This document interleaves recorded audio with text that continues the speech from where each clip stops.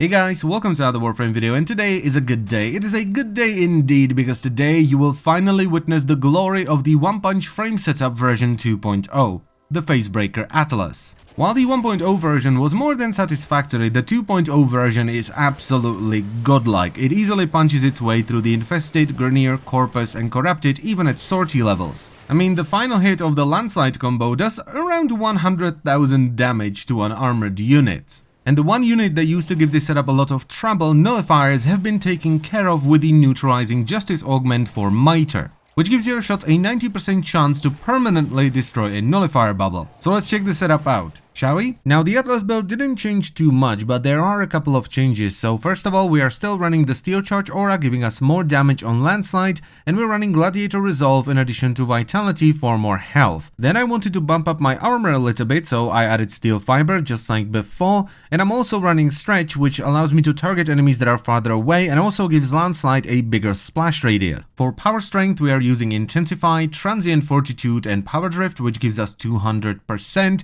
And then we have Fleeting Expertise, that's 2 ranks from the top, and Streamline for 170% power efficiency. This makes Landslide very cheap. The biggest change has come in the form of the stat stake, the Jet Kit tag. We are now running a completely different build because Landslide is affected by melee mods. Now, first things first, you want to put on a stance, whatever stance it may be, it doesn't really matter, and then you want to take a look at what Landslide scales with. So it scales with generic melee damage, so we're using Primed Pressure Point and Spoil Strike. It also scales with elemental damage mod, so we're using Shocking Touch and the newly added Primed Fever Strike.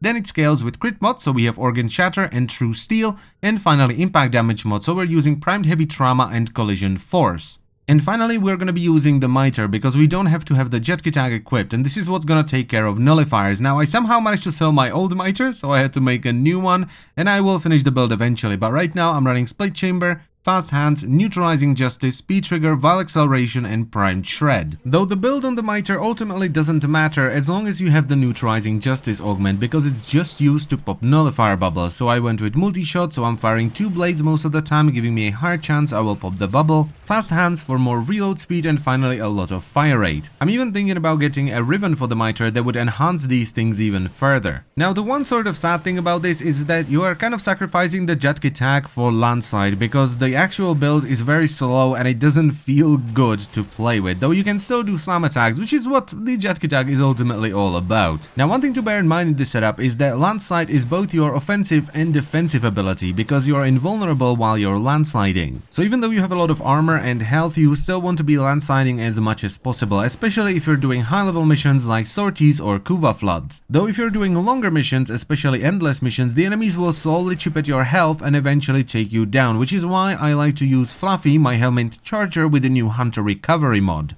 This heals me for 30% of all the damage Fluffy does, and since he has 5 Forma on him, he does a lot of damage. You don't have to use a helmet charger though, you can use it with any companion, so you can run a Kavat or even a Kubro. Now, there's another version of the Atlas setup that you can run that will do more damage, but it's gonna make Landslide more expensive, which is what I didn't want, and it's this setup right here, where you replace Intensify with Blind Rage and you will run a fully ranked Fleeting Expertise.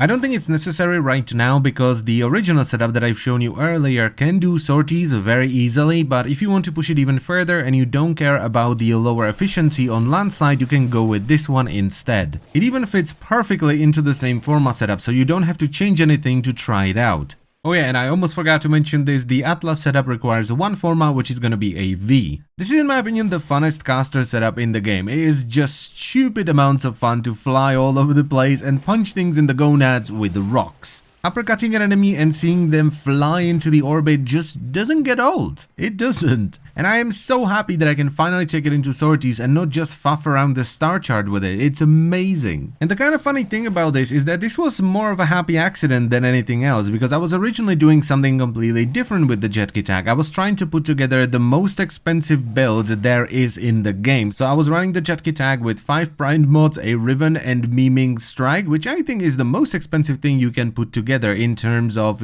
platinum, credits, endo and time. But as is to be expected, when you mash random mods together just because they're expensive, it ended up playing like complete and utter ass, and I was kind of disheartened by the result because I put a lot of time into it. But then I realized, hey, I just maxed out Primed Fever Strike and Primed Heavy Trauma, both of which are amazing for scaling Landslide, so I decided to salvage it a little bit, and it ended up bringing one of my favorite, if not the favorite setups up to sortie level. So I'm happy with this. This is one of the most fun things you can do in the game, just slide around and punch people in the gonads. It's in fact the only way I can play Conclave, just run around with Atlas and landslide people. It's like the only way that I can have fun in Conclave. So I would definitely recommend you check this setup out. It is just buckets of fun and it's pretty damn strong as well. And that's pretty much it for the video, so I thank you very much for watching, as always guys, and I will see you next time.